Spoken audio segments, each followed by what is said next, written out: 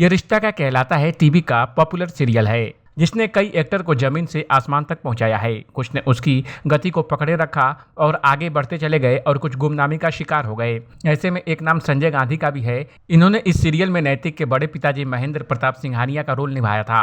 2009 से 2012 तक वो शो में नजर आए थे। उनका किरदार दद्दाजी के नाम से फेमस था। 3 दशक शोबिज का हिस्सा बनने के बावजूद उनके पास घर का किराया देने के पैसे नहीं है। इस पर उन्होंने एक इंटरव्यू में खुलकर बात की है।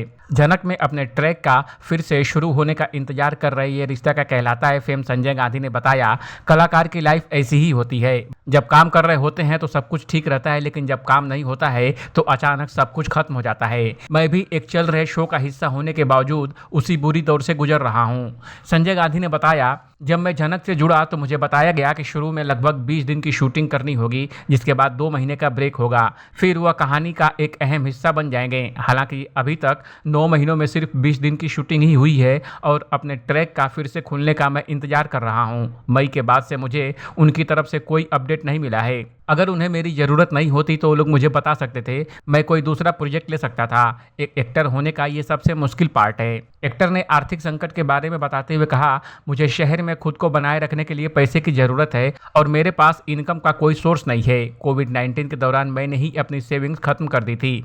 मैं अब अंधेरी में एक किराए के घर में रहता हूँ और अपना किराया चुकाने के लिए अपने दोस्तों से पैसे उधार लेता हूँ। मैं मीरा रोड में अपना घर गिरवी रखने के कगार पर पहुँच गया हूँ। पैसे की सख्त ज़रूरत है। ऐसे में एक नया प्रोजेक्ट चाहिए, इसलिए कुछ दिन पहले मैंने झनक छोड़ दिया और अब उम्मीद है कि कुछ अच्छा होगा।